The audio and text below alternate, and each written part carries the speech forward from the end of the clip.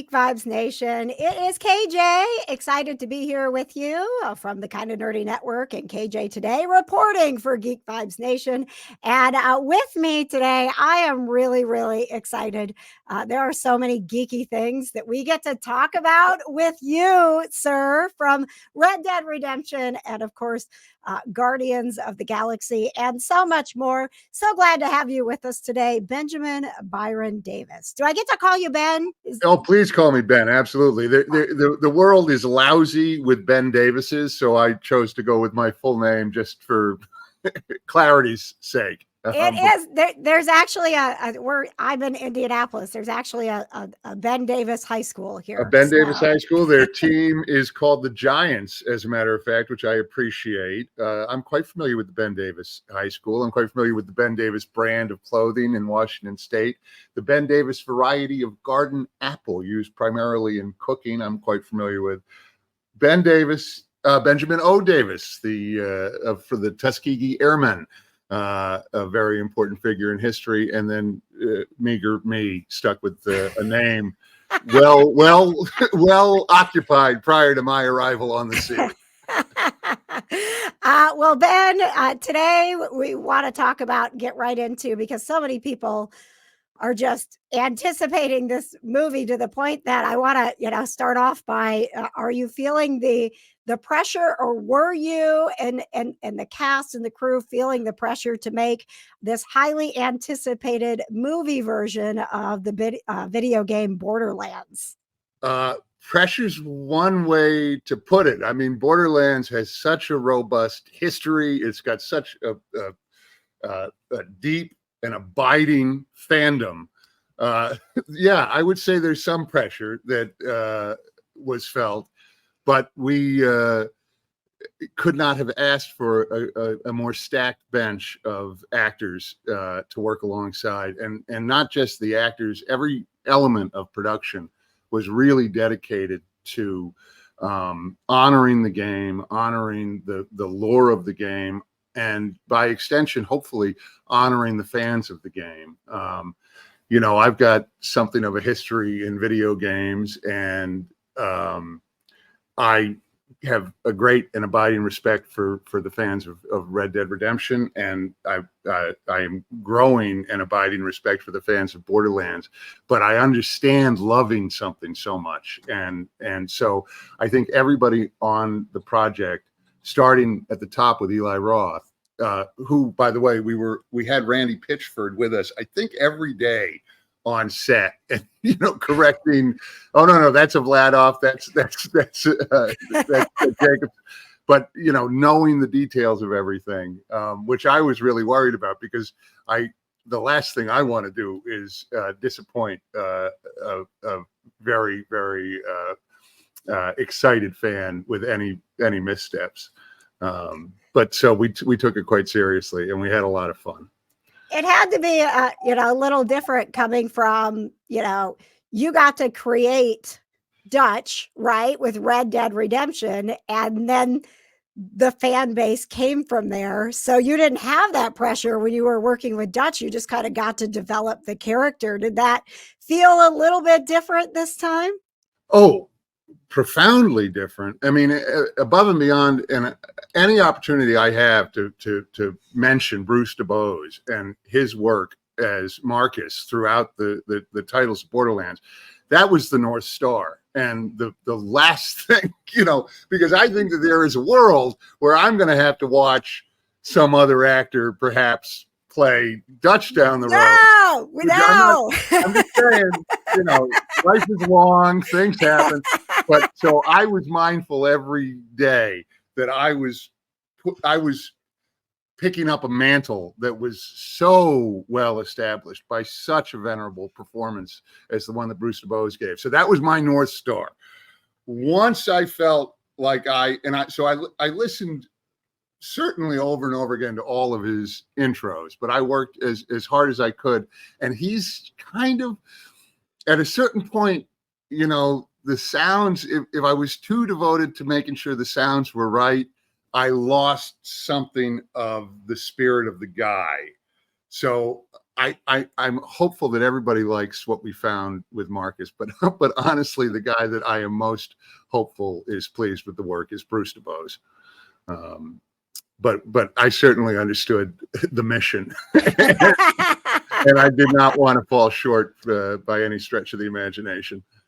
And you mentioned obviously Eli Roth, and then you've got this cast. I mean, how amazing was it to just be on set with your Kate Blanchett and Kevin Hart, and I mean Jack Black, and I'm just imagining Jamie Lee Curtis. My gosh, I mean, did you just how did you even focus on your own character when you're surrounded by so much talent?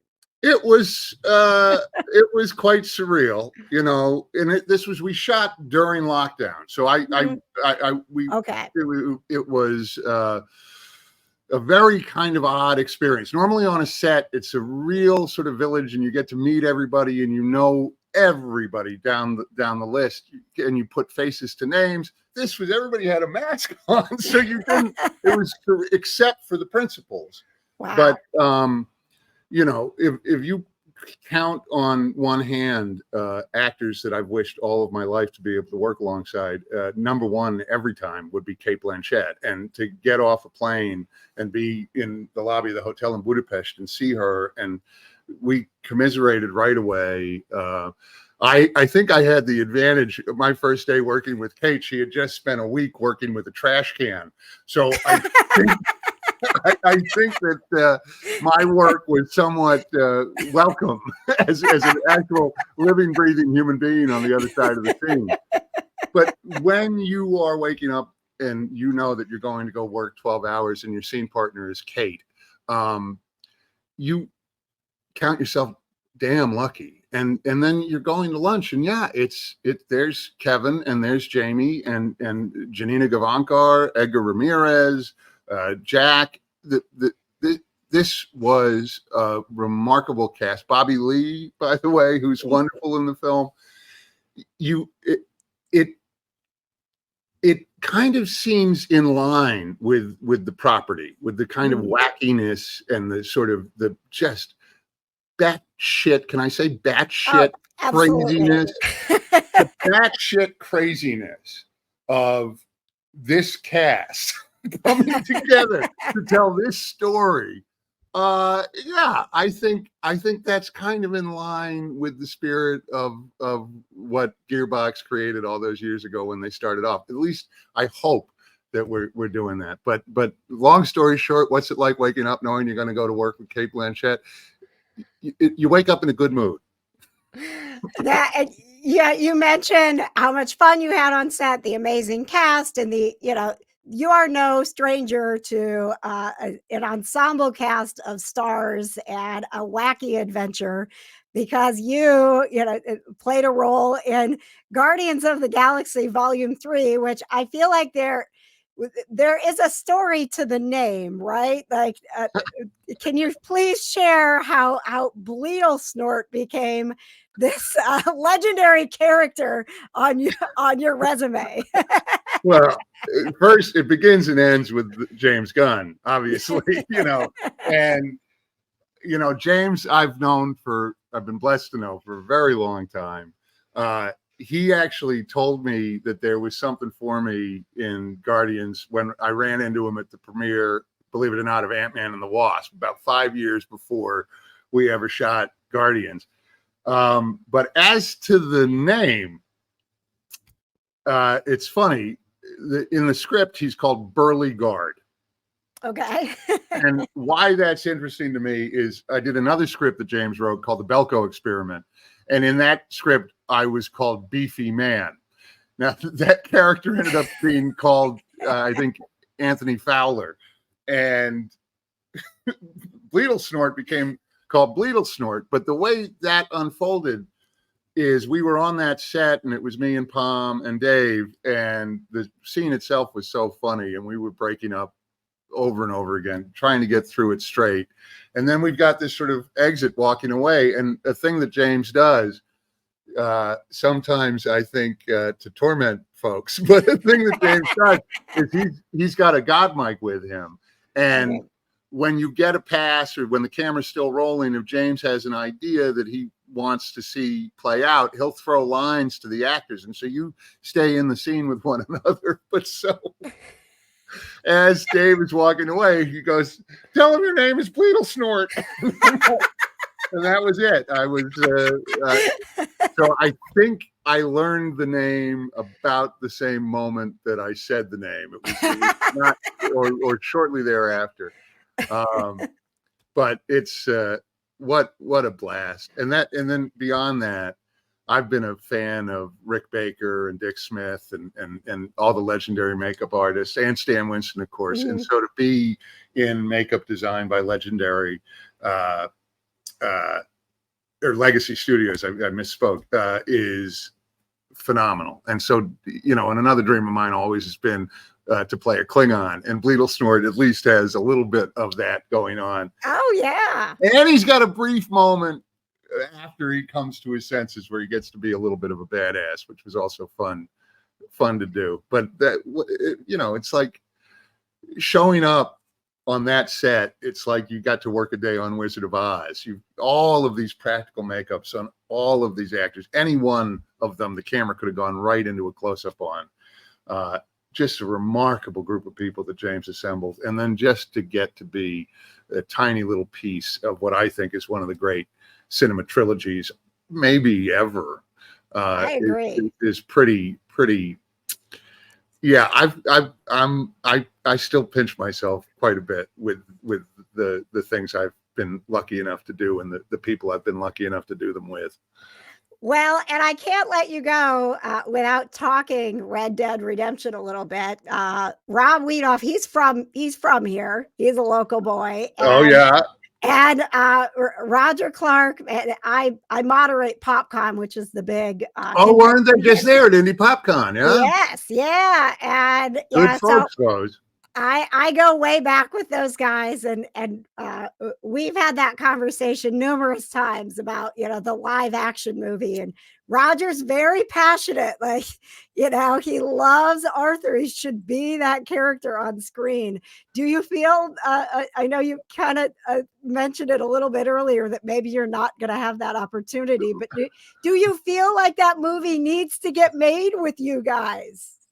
Well, that's a lot of questions, KJ. That's a hell of a lot to digest. First and foremost, Roger is forever Arthur.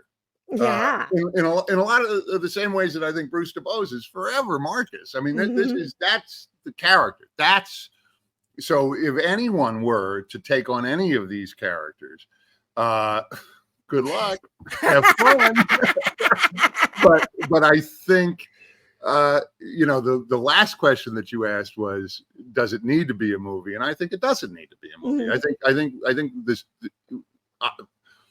that I get to be a part of Red Dead, to my mind, is I get to be a part of one of the nearly perfect pieces of popular culture ever made.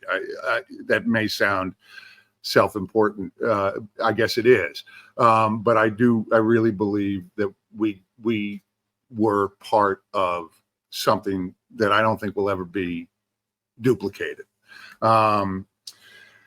As to who's going to book what job, I got to tell you this: being an actor is a rewarding job, but it's also a challenging one. So the thing for my money is I root for everybody. So if somebody ends up being the person that can help get it made and it's not me, I'm going to root for them. Anybody that runs off to join the circus and finds a place in the circus has got my respect, and to the best of my ability, I'm going to give them my support. So I don't know what the future holds. I know anybody that says they do is full of shit, and I'm going to take it as it comes. But I will say, I don't think that Rob, Raj, or I have to worry very much about anybody taking these roles from us, because the work's not going anywhere. Yeah. And I think it holds up. Well, I am just delighted that I had a little bit of time with you today, Ben. Thank you so much. As we close out, anything that you are hoping that fans of Borderlands will take away from, or maybe new fans will take away from watching this movie. That I think you hit on it right there at the end. I think the new fans that what everybody who's been working on Borderlands for all of these years, they that work stands and that work endures, and I think that work is tremendous. And what's the virtue of doing this? Is it merely to appeal to the fans who already have the games? I'm not sure. I think Fallout was a wonderful project. Yes. And one of the things that Fallout did, at least in the articles that I read about it, is it drove a lot of folks back to the titles. And people that had not played Fallout were like, "Oh, wow, I want to play." And so all of a sudden, that new work of art is amplifying and sending audiences back to the extant work of art. So I think that would be my hope. I certainly hope that we please and honor the fans of Borderlands that already exist. But if we could participate in drawing a new generation of fans to the work that already exists and get them excited about Borderlands as a property, if that can be what we, the cast of the film, can do to contribute to the legacy of Borderlands, I think that I'll be happy with that. I think that'd be a pretty good deal.